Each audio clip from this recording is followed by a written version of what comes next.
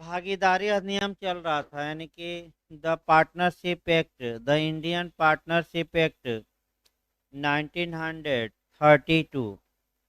इसमें अब तक जो बताया गया है, एक तो आपका सामान्य बातें बताई गई हैं धारा 1 से लेकर 3 तक। फिर आपका नेचर ऑफ पार्टनरशिप यानी कि भागीदारी की प्रकृति बताई गई, और वह आपका काफ़ी महत्वपूर्ण था। चैप्टर अध्याय 2 और सेक्शन उसमें था 4 से लेकर 8 तक। फिर एक बार हम दोहराते हैं, तब इसमें आगे बढ़ते हैं, क्योंकि इधर से आपका प्री और मेंस में, प्री में तो 2 क्वेश्चन इधर से ही बन जाता है आपका, चाहे बिहार हो और चाहे यूपी एचजेएस हो। 2 क्वेश्चन आपका मान के चलिए कि धारा 9 तक में बन जाता है। तो आपका बताया गया कि पार्टनरशिप है क्या, इसकी जो परिभाषा दी गई है वह सेक्शन 4 में दी गई है, यानी द इंडियन पार्टनरशिप एक्ट 1932 का सेक्शन 4 आपका 4 शब्दों को परिभाषित करता है। और चारों शब्द याद रखिए, भागीदारी यानी कि पार्टनरशिप, फिर आपका भागीदार यानी कि पार्टनर, फिर आपका फर्म, और अंत में फर्म नाम। फिर एक बार हम धारा 4 का बता दे रहे हैं, जो आपका व्यू है, तब आगे बढ़ा जाए। एक बार फिर दोहरा दिया जाए। देखिए, जो भागीदारी उत्पन्न होती है वह एग्रीमेंट से उत्पन्न होती है, यानी कि ठहराव या करार या संविदा से, न कि स्टेटस या हैसियत से। ये आपका किस सेक्शन में है? 5 में। ये हम बता चुके हैं। संयुक्त हिंदू परिवार भागीदारी का निर्माण नहीं करता, और जो बर्मी पति पत्नी हैं वो भी अगर कारोबार करते हैं अपनी हैसियत में, तो उन्हें भी पार्टनर नहीं माना जाएगा। इसके बाद करार किसके लिए हुआ हो, तो कोई बिजनेस यानी कि कारोबार चलाने के लिए। तो कम से कम करार के लिए कितनी व्यक्तियों का होना आवश्यक है, तो भागीदारी के लिए न्यूनतम संख्या व्यक्तियों की कितनी होगी? 2। अब ये जो कारोबार चलाया जाएगा, ये एक भागीदार द्वारा कि दोनों द्वारा कि चलाया जा सकेगा? तो हम बताए थे कि चाहे एक भागीदार चलाए या दूसरा या दोनों मिलकर, लेकिन केवल अपने लिए नहीं, बल्कि किसके लिए? सभी के लिए। और अंतिम जो तत्व था कि जो कारोबार में बेनिफिट होगा उसमें हम शेयर बंटवारा करेंगे, यानी कि लाभ में ये लोग क्या पाएंगे? अंत। इस पर उदाहरण हमने आपका चाय पर दिया था, और कई उदाहरण बताया गया था।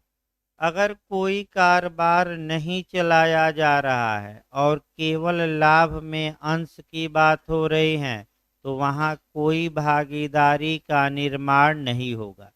जैसे कि एक मकान है, उसके 2 स्वामी हैं, दोनों स्वामियों ने मकान बेचा, और जो उससे लाभ उत्पन्न हुआ आधा आधा के हिस्सेदार थे, आपस में डिवाइड कर लिया। तो क्या भागीदारी हुई कि नहीं? नहीं, क्योंकि यहाँ कोई कारोबार या बिजनेस नहीं चलाया जा रहा है। यानी कि भागीदारी के लिए कारोबार अस्तित्व में होना चाहिए और कारोबार चलाया जाना चाहिए।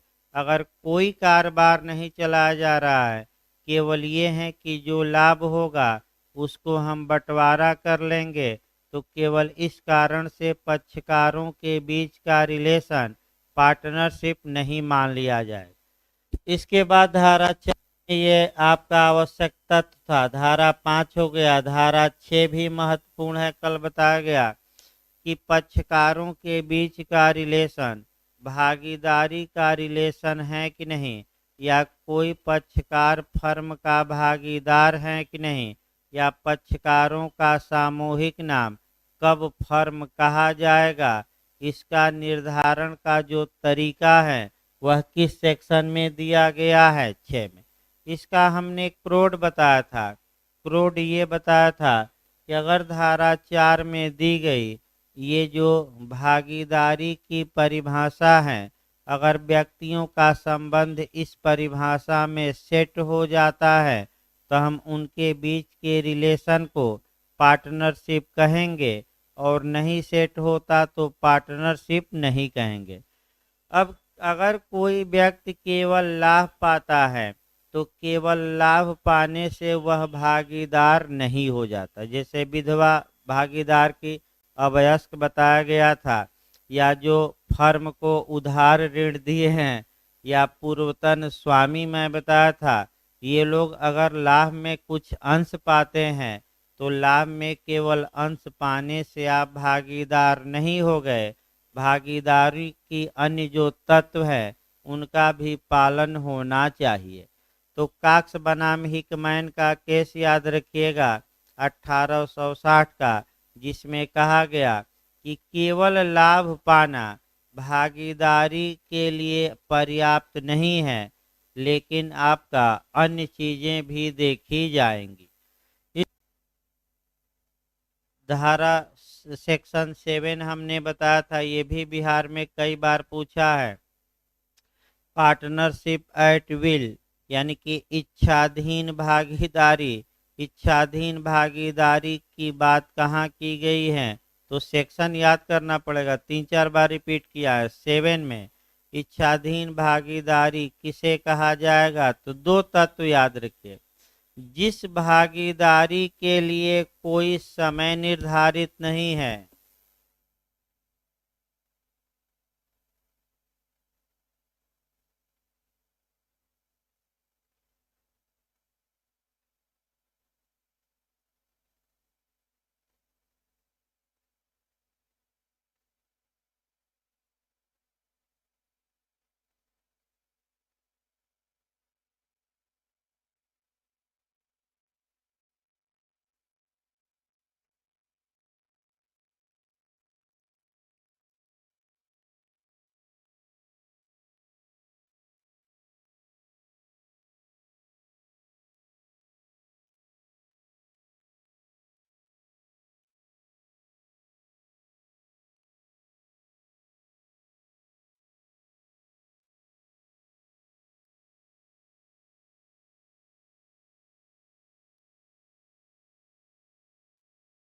देखिए फिर एक बार देखिए इसको आपका सेक्शन 7 से कई बार बिहार में 2-3 बार क्वेश्चन बना है, और थोड़ा अंदर से भी क्वेश्चन बनता है। और मैं बताया था कि जब भी सेक्शन 7 पढ़िए के साथ भागीदारी अधिनियम की धारा 32 भी और सेक्शन 43 भी।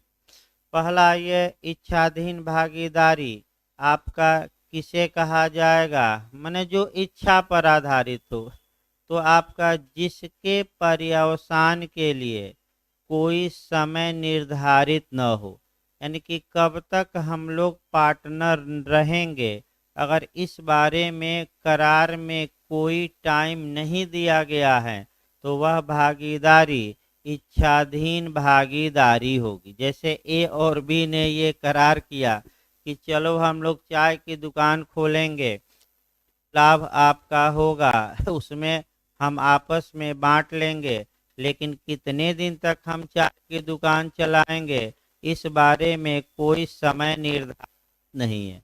तो अगर कोई समय निर्धारित नहीं है तो ये भागीदारी क्या कहलाएगी, इच्छाधीन। एक और पॉइंट है, केवल इतने से नहीं, या भागीदारी का अंत कैसे होगा, भागीदारी कैसे समाप्त होगी, उसका पर्यवसान कैसे होगा, यानी कि उसको कैसे द एंड किया जाएगा, अगर इस बारे में करार में कोई प्रावधान नहीं है तो वह भागीदारी भी इच्छाधीन भागीदारी मानी जाएगी। तो अब क्वेश्चन आपका बनता है दो मॉडल से। इच्छाधीन भागीदारी कहाँ परिभाषित है, 7 में। इच्छाधीन भागीदारी हेलो, देखिए दूसरा ये है कि जिस भागीदारी के पर्यवसान का तरीका नहीं दिया गया है, तो ये जो भागीदारी होगी ये इच्छाधीन भागीदारी होगी। अब धारा 32 बताती है कि ऐसी भागीदारी को कैसे पर्यवसान या समाप्त किया जा सकता है। तो कल हमने बताया था कि एक भागीदार अन्य सभी भागीदारों को क्या दे दे, सूचना। अब ऐसी सूचना धारा 43 बताती है कि लिखित में होगी कि मौखिक होगी। लिखित में होगी, और अगर सभी को एक ही दिन सूचना रिसीव हो गई तो उसी दिन भागीदारी का अंत हो जाएगा। अगर अन्य भागीदारों को सूचना भिन्न भिन्न तारीखों पर मिली है, रिसीव हुई है, भेजने के दिन से नहीं, जिस दिन अन्य भागीदार उस सूचना को रिसीव किए हैं, तो ऐसी कंडीशन में जिस तारीख को सूचना अंतिम भागीदार द्वारा रिसीव की गई है, लास्ट भागीदार द्वारा, तो उस तारीख को इच्छाधीन भागीदारी का विघटन हो जाएगा, माने अंत हो जाएगा। इसके बाद आपका सेक्शन 8 बताया गया। ये भी पूछा जाता है, स्पेसिफिक आपका कह सकते हैं कि पार्टनरशिप, विशिष्ट भागीदारी। विशिष्ट का मतलब ये हुआ कि किसी विशेष कार्य के लिए हम लोग भागीदार हैं, सभी कार्यों के लिए नहीं। जैसे कि मान लीजिए हम उदाहरण बताए थे, दो अधिवक्ता हैं, आपस में एग्रीमेंट करते हैं कि ये जो केस मिला है इस केस को हम लोग मिलकर लड़ेंगे, और जो फीस आएगी, जो लाभ मिलेगा, उसका हम लोग आपस में बंटवारा कर लेंगे। लेकिन ये करार केवल इसी मुकदमे के लिए है, तो केवल उसी कार्य के लिए है, अन्य कार्यों के लिए नहीं। तो ये कौन सी भागीदारी होगी, विशिष्ट। जैसे भी ए बी किसी कार्य का ठेका लेते हैं, मकान एक बनवाने का, और उसी मकान के बारे में ही केवल भागीदारी हुई है, और ठेका में जो लाभ उत्पन्न होगा उसका वो बंटवारा करेंगे, तो ये विशिष्ट भागीदारी होगी। स्पेसिफिक पार्टनरशिप यानी कि किसी विशिष्ट उद्यम को करने या चलाने के लिए भागीदारी, सभी कार्य के लिए नहीं।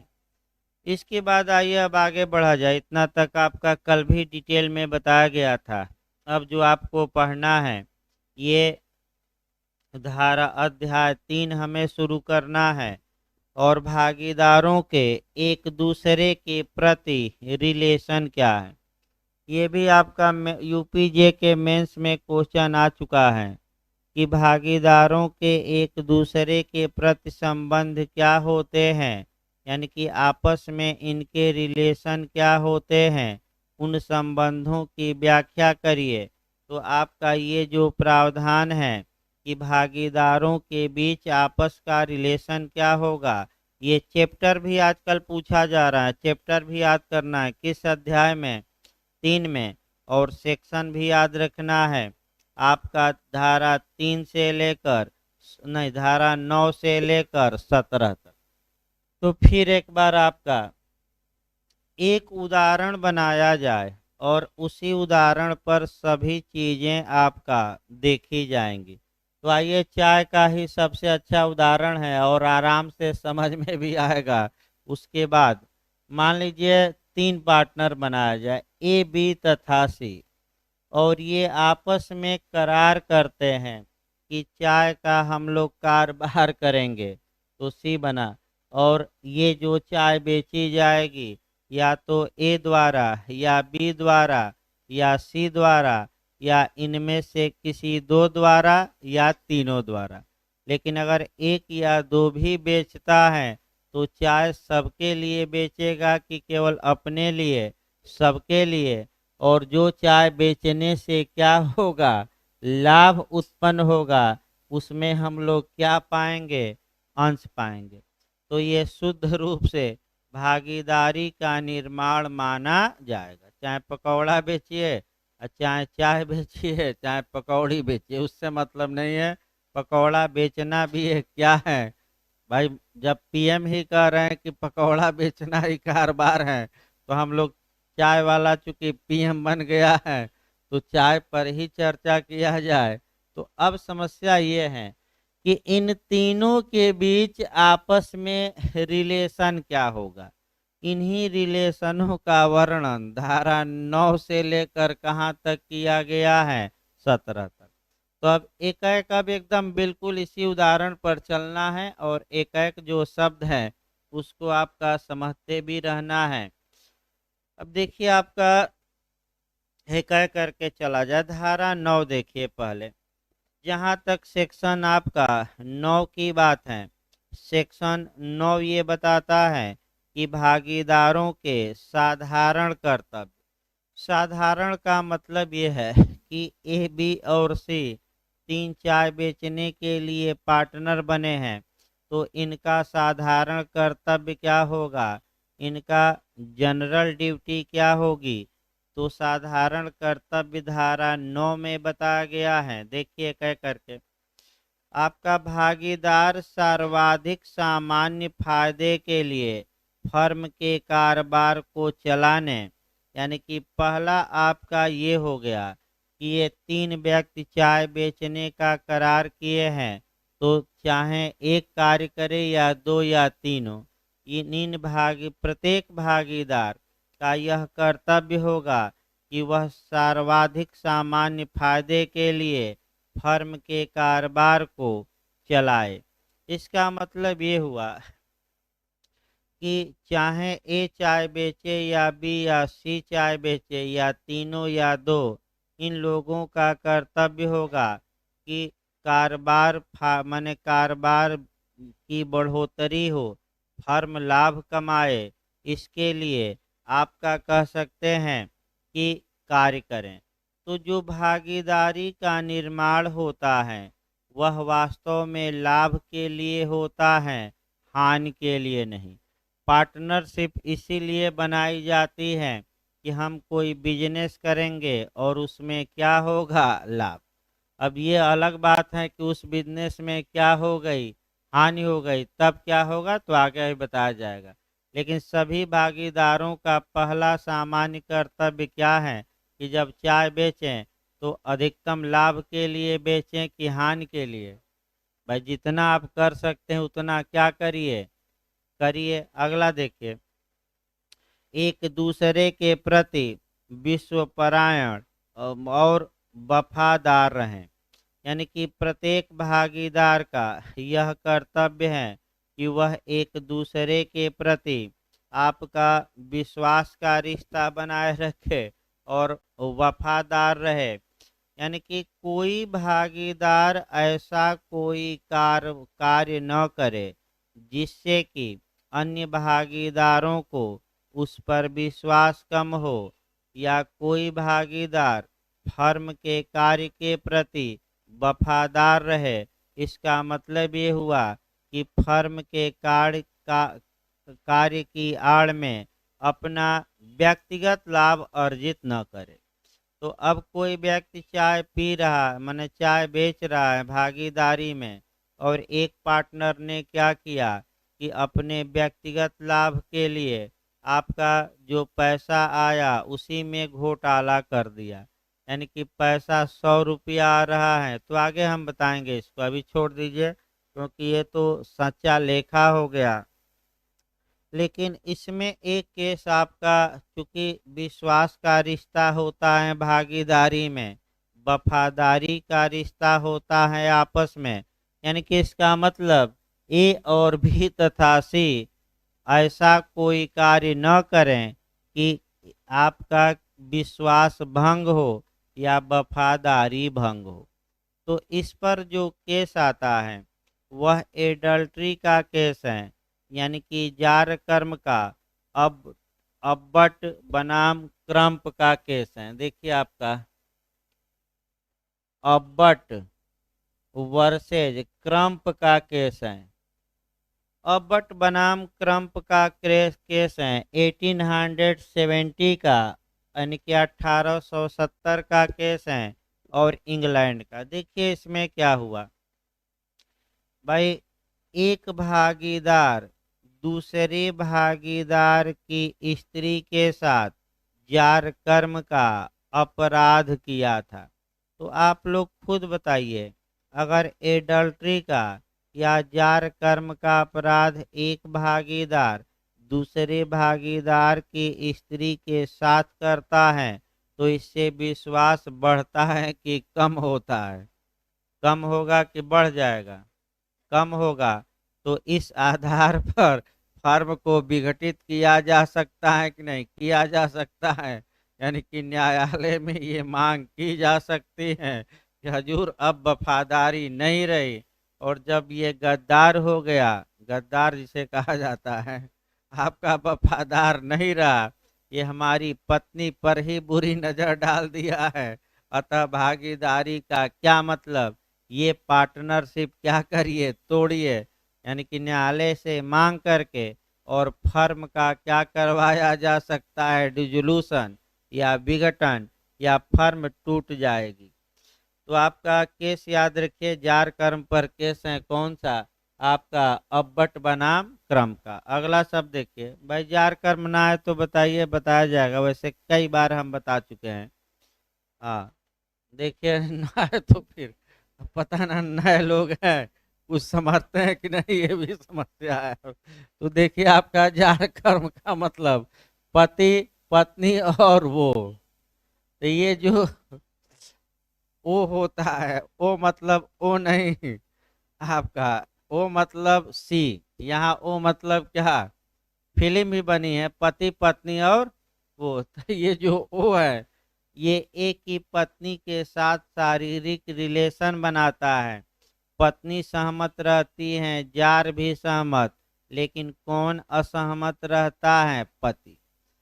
और ये आईपीसी की धारा 497 में दंडनीय था, लेकिन 2018 में जोसेफ साइन बनाम भारत संघ के वाद में जस्टिस दीपक मिश्रा जी ने ये बता दिया कि ये धारा अब शून्य है, अवैध है, अनकॉन्स्टिट्यूशनल है, इलीगल है, क्योंकि पत्नी पति की गुलाम नहीं है।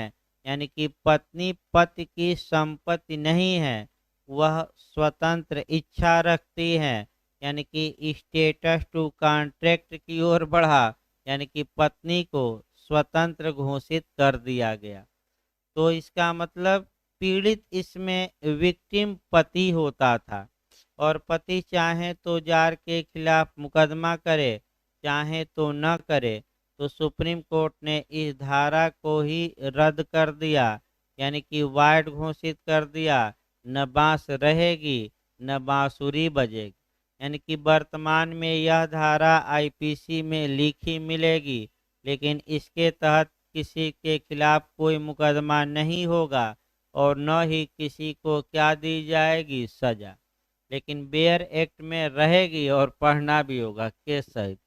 अगला देखिए, आगे देखा जाए आपका, तो आपका विश्वास प्राण और वफादार तथा हर भागीदार या उसके विधिक प्रतिनिधि को सच्चा लेखा और फर्म पर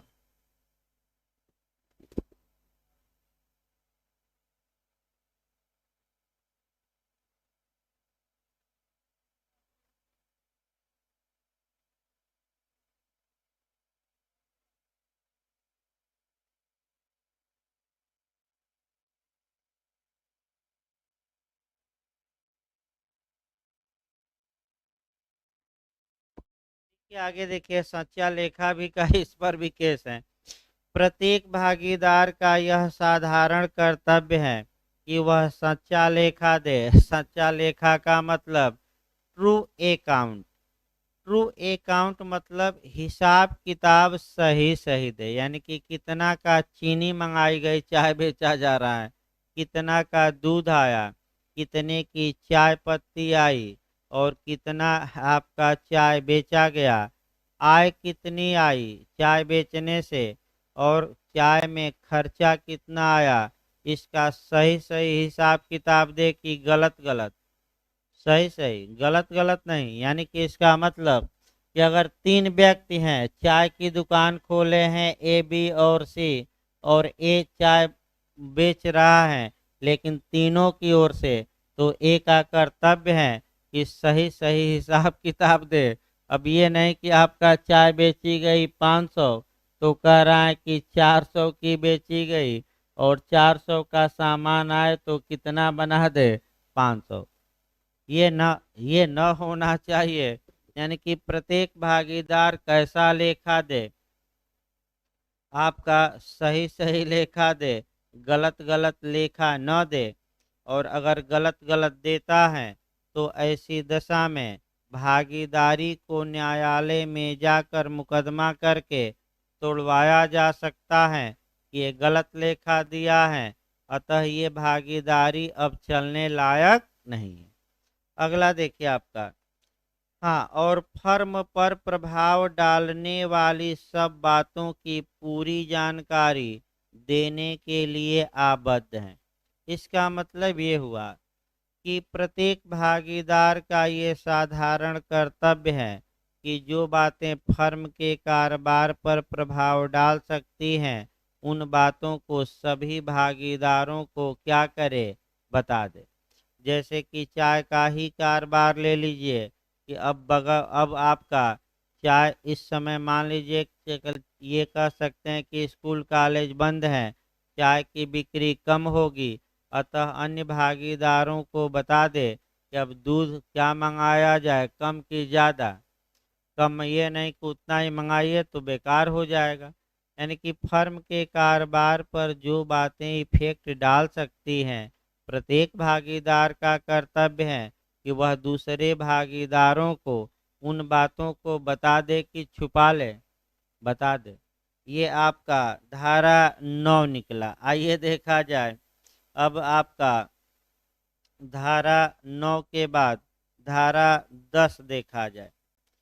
धारा 10 भी काफ़ी महत्वपूर्ण है और धारा 10 में एक केस आता है और वह आपका केस भी देखना है आपका। देखिए भाई, कपट से कारित हानि के लिए क्षतिपूर्ति करने का कर्तव्य, ये भी आपका केस एक इसमें याद रखना है, धारा 10 में आता है। तो प्रत्येक भागी, हाँ, सा बनाम सा का केस आता है, याद रखिए फ्रॉड में सा वर्सेज सा। धारा 10 पर जो केस है, केस भी बेयर एक्ट पर या कहीं लिखते रहिए, सही रहेगा। सा वर्सेज सा, ये भी लीडिंग केस है आपका फ्रॉड पर। ये लीडिंग केस है आपका भागीदारी अधिनियम में, धारा 10 पर केस है सा वर्सेज सा। अब देखिए आपका एक एक करके इसमें देखिए, पहले बेयर एक्ट देखा जाए, उसके बाद आपका अन्य बातें देखा जाए।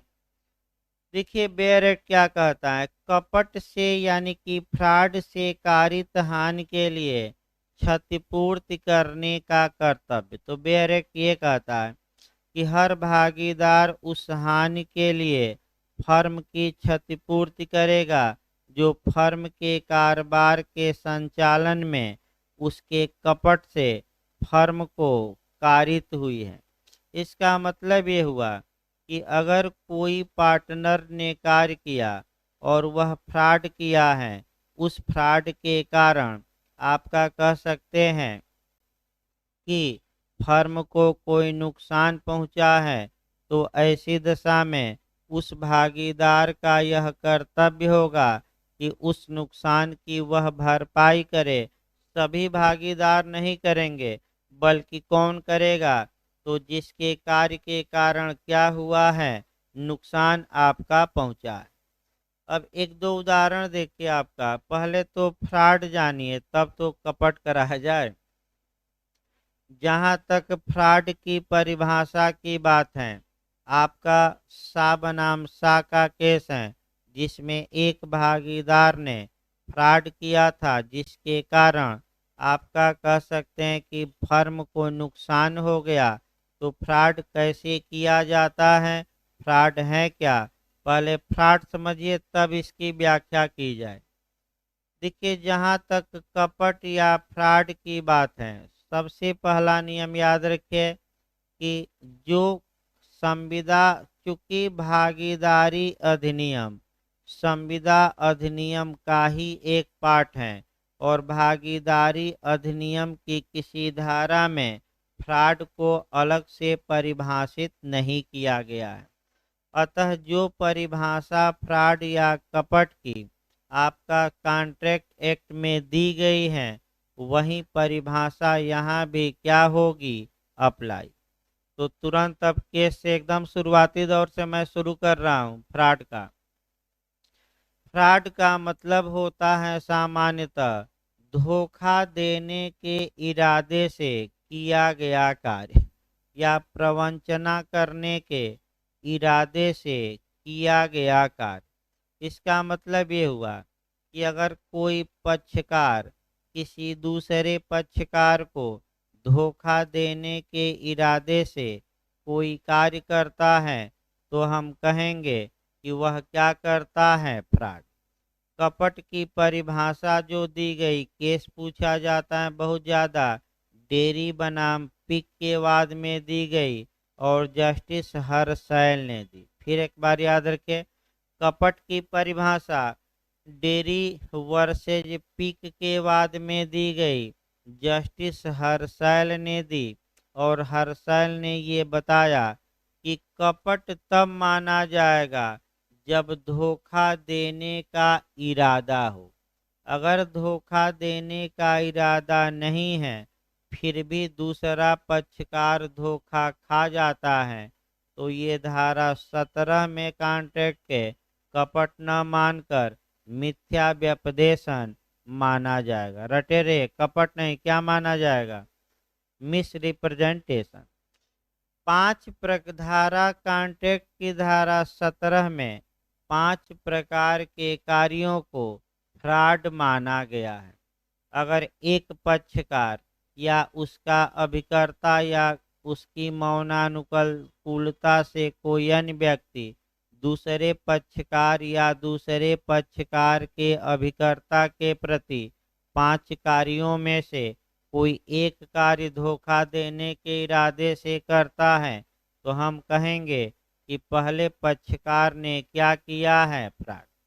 अब जो समस्या आजकल बन रही है, क्या चुप रहना या मौन रहना या साइलेंट रहना फ्रॉड माना जाएगा कि नहीं, इस पर भी थोड़ा विचार करिए अच्छे से। काफी क्वेश्चन इस पर नए बन रहे हैं।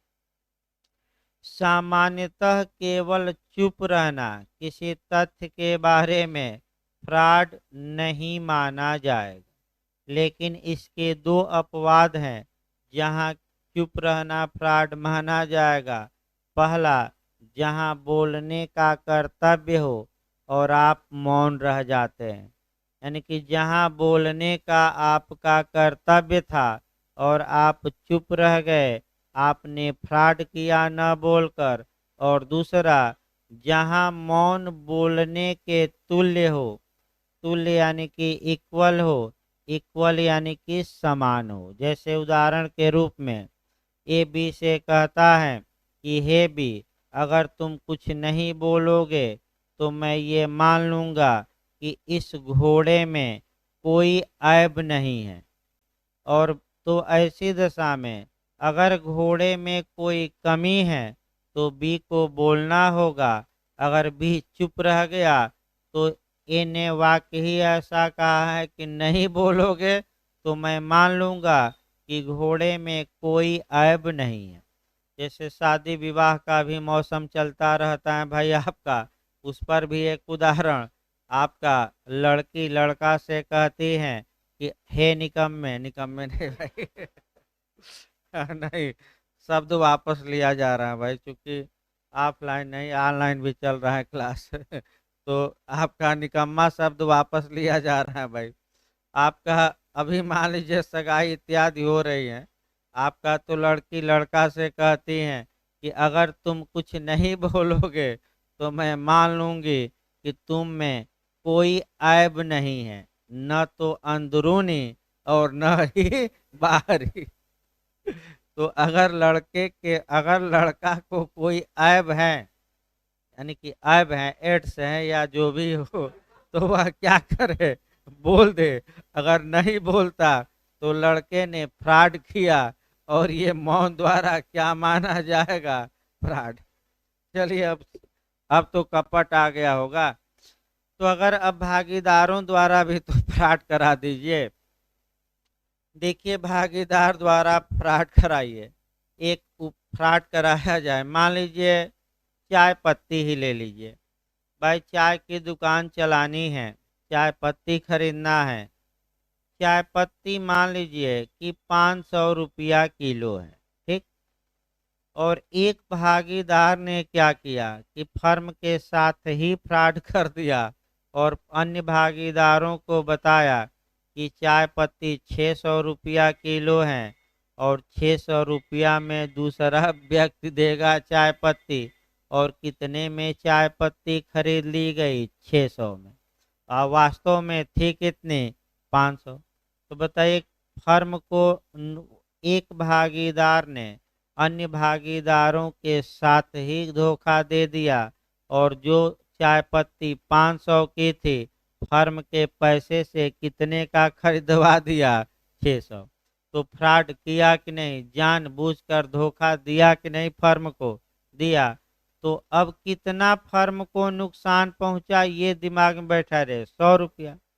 तो जिस भागीदार ने ये कार्य किया है, मैंने फ्रॉड किया, और उसके कारण फर्म को नुकसान पहुंचा है, तो उस भागीदार का यह कर्तव्य धारा 10 में है कि उस नुकसान की वह भरपाई करे, यानी कि 100 रुपया फर्म को क्या करे? दे। भाई क्योंकि फर्म को कितना उसके कारण नुकसान हुआ है? 100 रुपया। यानी कि अगर कोई भागीदार है, फर्म अन्य भागीदारों के साथ फ्रॉड कर दिया, जिसके कारण फर्म को नुकसान हुआ, तो उस भागीदार का यह कर्तव्य है कि वह उस नुकसान की भरपाई फर्म को करे। और ये केस याद रखिएगा, धारा 10 पर कौन है? सा वर्सेसा। अगला देखिए, धारा 11। अब एक और लाइन आपका देख लिया जाए कि एक और बिहार में आपका क्वेश्चन बना है कि जो सेक्शन 9 की ड्यूटी है और जो सेक्शन 10 की ड्यूटी है। एक कंसेप्चुअल क्वेश्चन बना है, वो छूट गया, फिर एक बार देखिए। जो धारा 9 में कर्तव्य बताया गया है और जो धारा 10 में बताया गया है, ये भागीदारों के बीच हुई संविदा के अधीन नहीं है। इसका मतलब ये हुआ कि भागीदार आपस में संविदा करके इन कर्तव्यों को विफल नहीं कर सकते। यानी कि अगर इसके विपरीत भागीदारों ने कोई करार किया है, और ये कानून धारा 9 और 10 की बातें हैं, दोनों में टकराव होगा, तो करार की बातें लागू होंगी कि धारा 9-10 की? तो धारा 9-10 की लागू होंगी। यानी कि इसका मतलब एक लाइन ये हुआ कि भागीदार आपस में संविदा या करार करके धारा 9 और 10 के कर्तव्यों से मुक्त नहीं हो सकते। यानी कि अगर आपस में भागीदार करार करते हैं कि अगर एक भागीदार फ्रॉड करता है, फर्म को उसके कारण नुकसान होता है, तो वह जिम्मेदार नहीं होगा, तो ये करार ही शून्य होगा और जिम्मेदारी उसकी होगी। क्योंकि धारा 9 और 10 में जो दिए गए हैं प्रावधान, वह विपरीत संविदा करके आप उसको विफल नहीं कर सकते। तो अब आपको पॉइंट एक और बिहार के लिए पकड़ना है, जहां लिखा रहे कि पक्षकारों द्वारा की गई संविदा के अधीन। इसका मतलब उसमें जो नियम बताया जाएगा उसको करार द्वारा रद्द किया जा सकता है। तो आइए धारा 11 देखा जाए।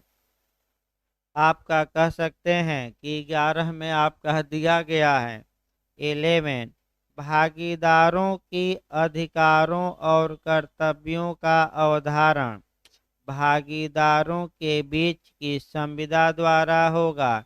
इसका मतलब ये हुआ कि धारा 11 ये बताती है कि भागीदारों के अधिकार और कर्तव्य क्या होंगे, राइट और ड्यूटी क्या होगी, ये भागीदार आपस में संविदा करके तय करेंगे। तो फिर एक बार याद रखिए, जो धारा 11 में नियम हम बताएंगे कि भागीदारों के अधिकार और कर्तव्य क्या होंगे, क्या इन नियमों को भागीदार संविदा या करार करके परिवर्तित करने की शक्ति रखेंगे कि नहीं रखेंगे? क्योंकि बेयर एक्ट ये बताता है कि भले बेयर एक्ट में अधिकार कर्तव्यों का वर्णन है, लेकिन ये अधिकार और कर्तव्य संविदा के क्या हैं, अधीन। इसका मतलब कि इनको विफल किया जा सकता है, लेकिन कैसे, आपस में क्या करके, संविदा।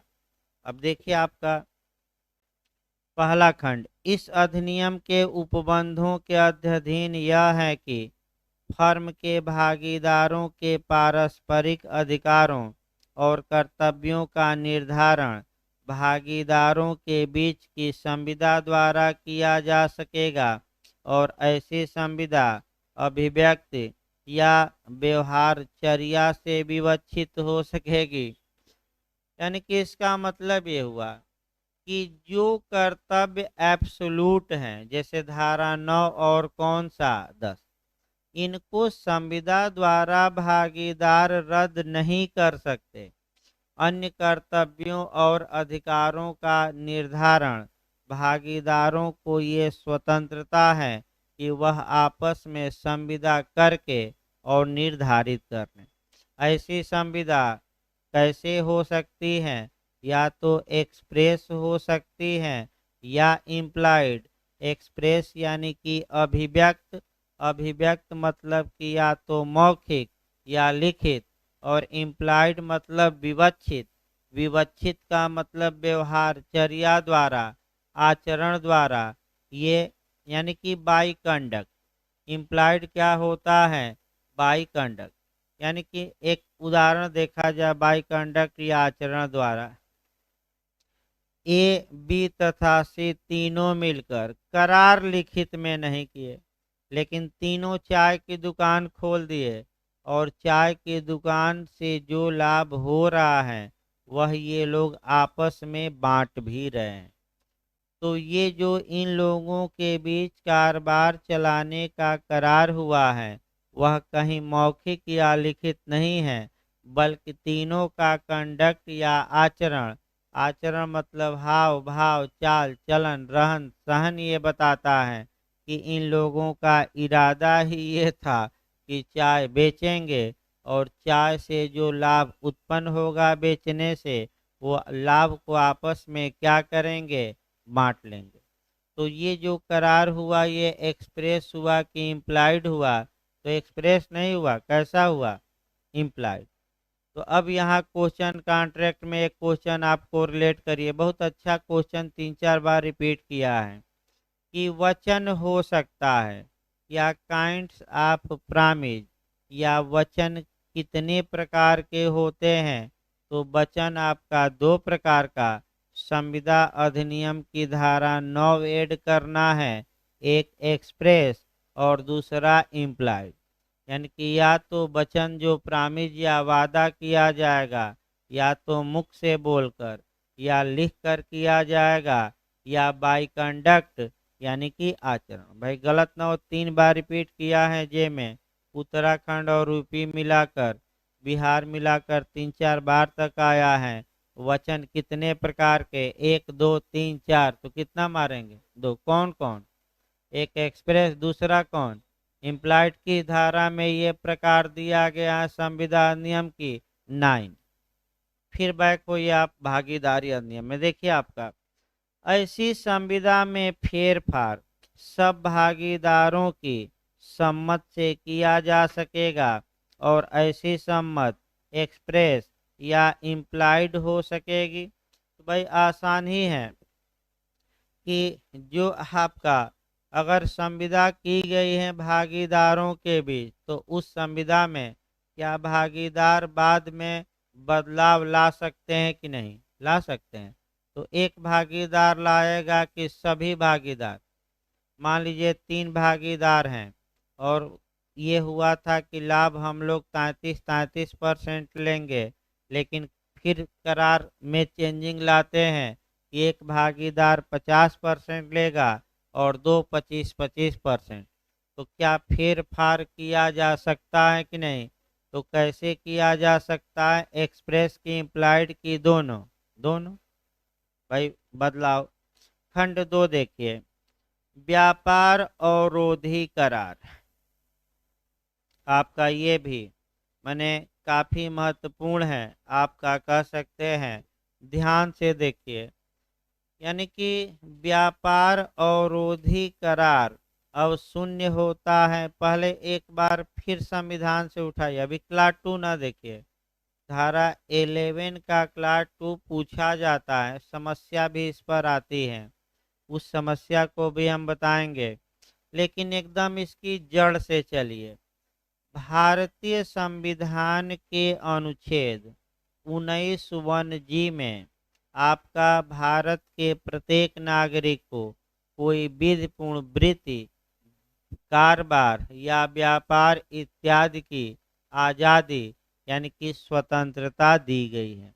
लेकिन ये स्वतंत्रता पूर्ण नहीं थी और अनुच्छेद 19 के क्लाज 6 में दिए गए आधारों पर इस पर क्या लगाया जा सकता था? प्रतिबंध। क्योंकि व्यापार वाणिज्य करना हमारा नागरिकों का फंडामेंटल राइट है, अतः अब कॉन्ट्रैक्ट में जाना है। भारतीय संविदा अधिनियम की धारा 27 पर गौर करना है। भारतीय संविदा अधिनियम की धारा 27 ये बताती है, मूल अधिकार को ही प्रश्रय देती है कि व्यापार का अवरोधी करार शून्य होगा, व्यापार पर रोक लगाने वाला करार क्या होगा? शून्य होगा। लेकिन ये विधि का पूर्ण नियम नहीं है, इसके कुछ अपवाद हैं, एक्सेप्शन है। अपवाद का मतलब ही यही हुआ कि आपका कि व्यापार पर रोक लगाने वाले कुछ जो एग्रीमेंट हैं वह वैध होंगे, यानी कि आप व्यापार नहीं करेंगे, वो अपवाद में जाएगा।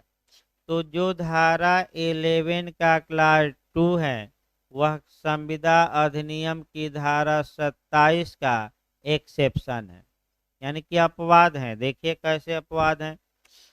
भारतीय संविदा अधिनियम 1872 की धारा 27 में किसी बात के होते हुए भी ऐसी संविदाएं उपबंध कर सकेंगी कि कोई भागीदार जब तक वह भागीदार रहे फर्म के कारोबार के सिवाय कोई और कारोबार नहीं करेगा। इसका मतलब यह है कि ए, बी और सी तीनों पार्टनर हैं, चाय का ही कारोबार कर रहे हैं, तो तीनों अगर चाहें तो आपस में ये करार कर सकते हैं कि चाय के अतिरिक्त कोई भी भागीदार कोई अन्य कारोबार नहीं करेगा। लेकिन ये नियम भागीदारों के बीच में किए गए करार के अधीन है, यानी कि भागीदार चाहें तो एक दूसरे भागीदार चाहें तो आपस में करार करके भागीदारों को कोई अन्य व्यापार करने पर क्या लगा सकते हैं? रोक। लेकिन यह रोक तब होगी जब इसके लिए क्या की गई हो? आपस में संविदा, यानी कि संविदा द्वारा रोक लगाई भी जा सकती है और नहीं भी लगाई जा सकती, ये भागीदारों की इच्छा पर है। तो अगर भागीदार रोक लगाते हैं आपस में कि कोई भागीदार फर्म के समान कोई कारोबार नहीं करेगा, अन्य कारोबार नहीं करेगा, तो भले धारा 27 कॉन्ट्रैक्ट का वायलेशन हो, ये करार क्या होगा? वैध। अब 2-3 उदाहरण इस पर देखिए, जैसे 2-3 उदाहरण देखिए सही रहेगा।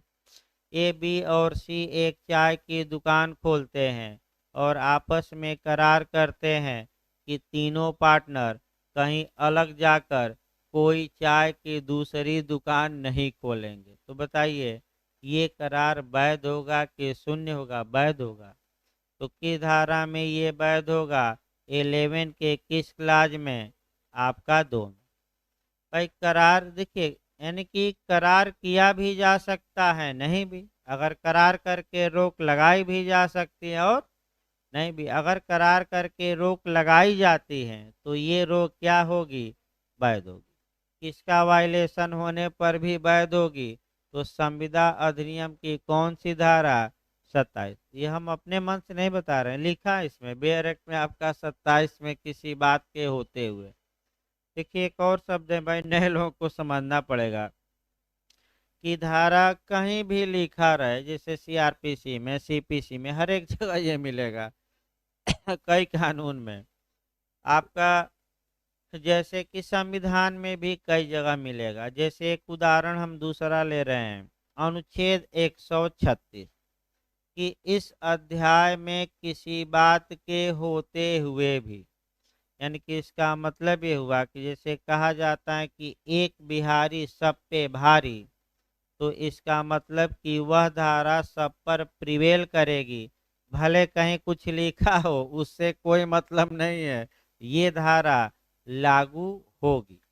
यानी कि यही कहा गया कि भले संविदा अधिनियम की धारा 27 में ये लिखा गया हो कि व्यापार पर रोक लगाने वाले करार क्या होते हैं? वाइड, तो उसका कोई असर 11 के क्लास 2 पर पड़ेगा कि नहीं?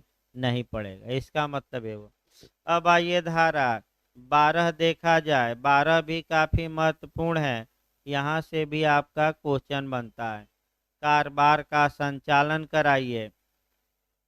देखिए धारा 11 भी भागीदारों के बीच की गई संविदा के अधीन थी, यानी कि धारा 11 के नियमों को भागीदार संविदा द्वारा परिवर्तित कर सकते हैं, रद्द कर सकते हैं। धारा 12 में जो बातें बताई जाएंगी ये भी भागीदारों के बीच संविदा के अधीन होगी। यानी कि जो धारा 12 में नियम हम बताएंगे, भागीदार चाहें तो इन नियमों को काट सकते हैं, बाहर कर सकते हैं, लेकिन उसके लिए क्या करना पड़ेगा? आपस में करार। अब देखिए कारोबार का संचालन भागीदारों के बीच की संविदा के अधीन। अब पहला नियम है कि हर भागीदार को कारोबार के संचालन में क्या होगा? आपका भाग लेने का अधिकार होगा। इस पर समझिए, चाय पर ही उदाहरण दिया जाए। ए, बी और सी तीनों चाय की दुकान खोलते हैं, तो आप लोग ये बताइए चाय की दुकान चलाने का अधिकार किसको प्राप्त है? तीनों को। यानी कि सही बता रहे हैं भाई, किसको प्राप्त है? लेकिन यह जो नियम है ये भागीदारों द्वारा आपस में किए गए करार के अधीन है।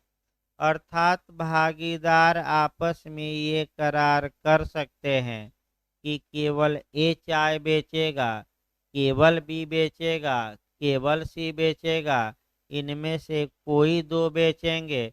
तो क्या यह करार वैध होगा कि शून्य होगा? वैध होगा। लेकिन एक भी बेचे तो केवल अपने लिए कि तीनों के लिए? और लाभ में जो अंश बंटवारा होगा वो तीनों में। भले एक कार्य करे लेकिन बंटवारा क्या होगा लाभ में? तीनों में। तो कोई समस्या ही नहीं है भाई आप लोग। फिर एक बार, ये जो हम नियम बता रहे हैं कि सभी भागीदारों को अधिकार हैं, इस अधिकार को कम किया जा सकता है आपस में क्या करके?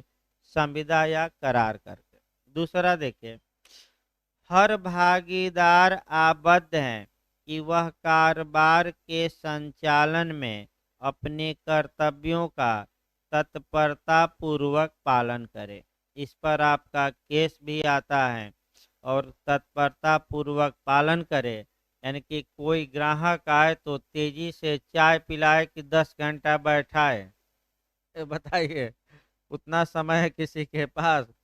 आपका तेजी से चाय पिलाए। मान लीजिए ये चाय की दुकान चला रहा है, 3 पार्टनर हैं, ग्राहक गए तो पंचौरा उधर जाकर कर रहा है, फोन से बातें कर रहा है, ग्राहक चिल्ला रहे हैं कि जल्दी चाय बनाओ, और आधा घंटा चाय में लगा दिया, तो तत्परता पूर्वक कार्य किया कि उपेक्षा पूर्वक। तो अगर कोई पार्टनर उपेक्षा पूर्वक कार्य करता है, तत्परता पूर्वक नहीं करता, यानी कि सुषुप्तावस्था में कार्य करता है, निष्क्रिय होकर कार्य करता है, तो उस कार्य से अगर फर्म को नुकसान होता है तो उसकी जिम्मेदारी है कि वह फर्म की भरपाई करे कि न करे, करे। अब इस पर आपका केस देखिए, फिर एक बार तत्परता को बताया जाए। तत्परता पूर्वक का मतलब ये हुआ कि भाई जो कार्य करना हो वह इस माने आप सही समय से करिए, उसमें उपेक्षा न बरतिए।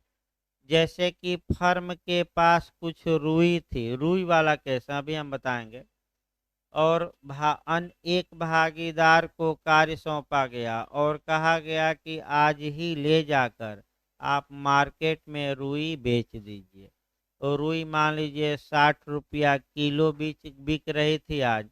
अब उसने क्या किया कि 5 दिन अपने घर पर रुई रखा, तो बताइए तत्परता से कार्य किया कि नहीं किया? भाई आज कहा गया कि बेचिए और 5 दिन आप क्या किए हैं, और 5 दिन बाद रुई का दाम कम हो गया और 50 रुपया किलो मैंने रुई बिक रही थी। तो फर्म को 1 किलो पर कितना नुकसान पहुंचा? 10 रुपया। तो जो व्यक्ति फर्म के कार्य में जो भागीदार उपेक्षा बरता है, उसका अब ये कर्तव्य होगा कि तुम्हारी उपेक्षा के कारण 1 किलो पर कितना नुकसान हो गया? 10 रुपया। तो तुम 10 रुपया किसको दो? फर्म को। भाई फर्म को दो कि न दो? भाई इस पर केस है रुई वाला केस, क्रेग बनाम फोर्ड का। बस रुई वाला केस याद रखिए, बता ही दिया गया है। क्रेग क्रेग वर्सेज फोर्ड का केस है। क्रेग बनाम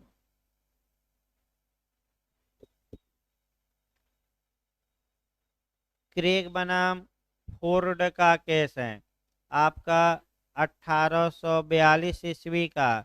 ये रुई वाला केस कहा जाता है, उपनाम इसका क्या है? रुई। यानी कि दोबारा तो बताने की आवश्यकता नहीं है, कहा गया कि अभी बेच दो, तो कितने दिन बाद बेचा? 5 दिन। अब दोबारा इसमें क्या बताया जाए, और फर्म को उससे क्या हो गया, तो उस नुकसान की वह क्या करे? भरपाई। अगला देखिए, कारोबार से संसक्त मामूली बातों के बारे में तीसरा पॉइंट है आपका। कारोबार से, चलिए इसको बताना पड़ेगा, कल इसको बताया जाएगा भाई, क्योंकि इसमें दो सिद्धांत बिहार में पूछे जाते हैं, एक बहुमत का सिद्धांत और एक सर्वसम्मत का सिद्धांत। तो बहुमत का सिद्धांत क्या होता है, सर्वसम्मत का क्या होता है, और केस आपका पूछा जाता है कि ये सिद्धांत किस केस में प्रतिपादित किया गया। तो रेस्ट ले लीजिए, तो सीपीसी चलेगी भाई आपका 15 मिनट बाद। 15 मिनट बाद आपका सीपीसी चलेगी, आदेश 33 चल रहा है। भाई जो लोग ऑनलाइन पढ़ रहे हैं, और आप भाई सूचना सार्वजनिक दी जा रही है कि जिन लोगों कुछ लोगों की अभी फीस बकाया है, तो भाई आपका इस हफ्ते तक फीस जमा कर दें, क्योंकि सोमवार से जो क्लास चलेगा, जे का बैच नया बनाया जा रहा है, मैंने आपका नया बैच बना है, जोड़ा जा रहा है, 5-6 दिन लगेगा, इसीलिए तत्काल नहीं शुरू हो पा रहा है। आप लोगों को यहीं जोड़ दिया जाएगा नए बैच पे, जो ऑनलाइन वाले हैं। नया बैच भाई बना है, और आप संडे तक आपका फीस जिनकी बकाया है जमा कर दें।